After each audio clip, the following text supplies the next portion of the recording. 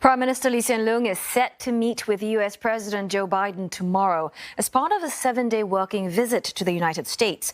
Mr. Lee's last visit was in September 2019, and the trip will also mark the first visit by an ASEAN leader to the US capital during the Biden administration. Dawn Tan is in Washington, D.C.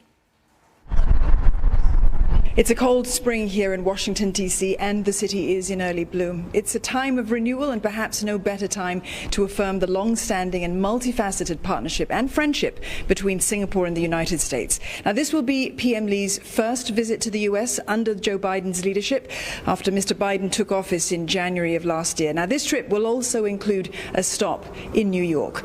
The two leaders were in Italy last October, and they met on the sidelines of the G20 Leaders Summit. Mr. Lee's last trip to the US was in September of 2019. That's when he met the then President Donald Trump and delivered Singapore's national statement at the 74th session of the United Nations General Assembly. Now, last year, both countries marked 55 years of diplomatic relations, and the two leaders are hoping to build on that momentum. PM Lee's visit comes at a challenging juncture for the world, though, still dealing with the fallout and slow steps of recovery out of the COVID-19 pandemic. And the ongoing Ukraine crisis, which has tested partnerships and global alliances and put in focus the security and sovereignty of small states like Singapore. The Republic just last month voting along with an overwhelming majority of UN member countries to condemn the Russian invasion. Now, underscoring the raft of back-to-back meetings in the next few days, the challenges and hopes shared by the United States and Singapore.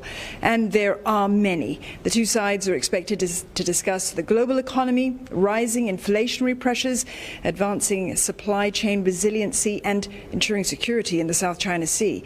Fighting climate change as well, that's on the agenda. The US and Singapore are already making excellent progress in a multiple number of areas, and the itinerary over the next few days reflects that.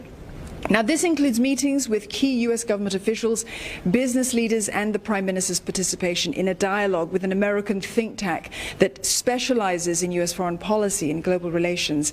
It underscores just how much more these two strategic partners have the potential to achieve. Now, fundamentally, this trip is about trust between friends, and the Prime Minister will be hopeful that recent US engagement with Southeast Asia under the Biden administration endures beyond accords and agreements, rather that it continues to be a demonstrable commitment to the Asia-Pacific region.